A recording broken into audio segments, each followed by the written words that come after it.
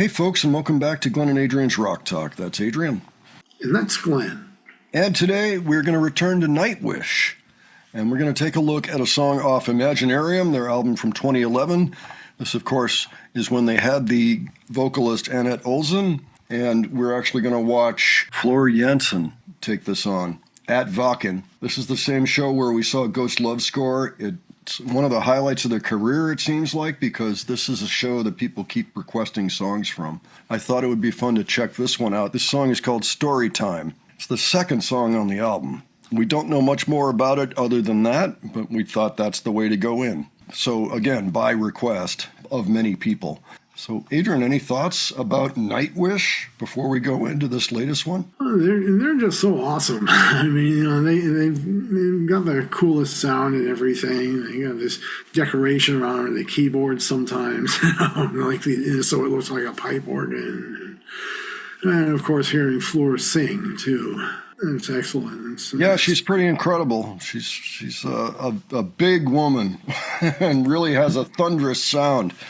So looking forward to checking it out. Let's do that right now, and we'll talk about it afterwards. All righty. I think it's time for a little story.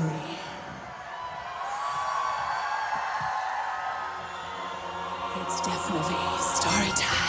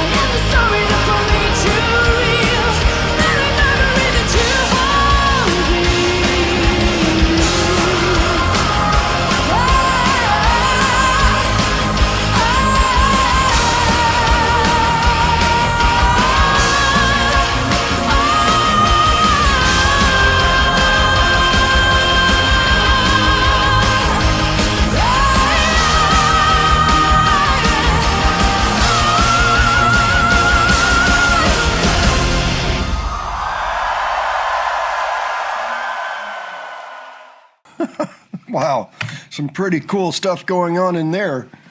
Yeah, sounds like the beginning of a story with those keys in the intro. Yeah, perhaps. I was I'm still kind of singing the operatic bridge right now in my head that came out of nowhere that I was not expecting. Yeah, I just love the sound. It's so loud and beyond crunchy, and then Floor comes in. You hear this angelic voice. Sometimes it can be angelic, or it can be quite demonic, like a roar or something. It was very much bringing you back to she kept referencing Peter Pan and Alice in Wonderland and even Gaia, who's like Earth goddess in Greek mythology. Pretty interesting there. I really liked the power behind it. I liked the chords they chose for each of the sections. It just made sense. It was kind of classical in nature.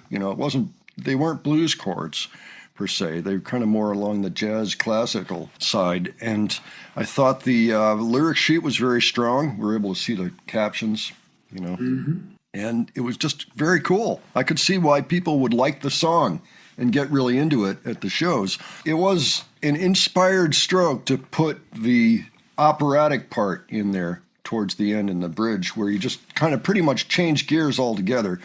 And yet it still held that mood at the same time, kind of brought you further into Wonderland or wherever you might have been, Neverland, all those things. So I think it was very successful. Yeah, did you see that guy with the glasses, wide-eyed with the expression on his face, after the second verse? In the audience? In the audience, yeah.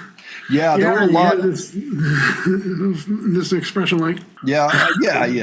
There were a lot of those. I mean, the thing is, when you're at a show, there's always going to be people. You point a camera at them, that's what they're going to do. Yeah. Or whatever. It tells you something you need to know when you see something like that. I saw explain it. You have to look at it. No, I saw it, and there were a lot of audience members kind of doing similar things. Yeah. That's the thing. They were capturing kind of the reaction of the audience to put into the video. Yeah. And, it's always worth remembering, I don't mean to take down the fourth wall, not the fourth wall, but the illusion a little bit, but sometimes they don't actually correspond to what's going on in the song at that moment. They'll just capture these reactions and then sprinkle them in as needed in the video. Oh, yeah, I've seen that plenty of times. Right. So yeah, it was a great shot, though. Sure, okay, fair enough. As for the song itself, apparently it made it to number 5 on the UK rock chart and number 2 on the Hungarian singles chart and the Spanish physical singles, and even number 1 on the Finnish singles chart. So here we got Finland, Spain, UK, Hungary, where it did exceptionally well.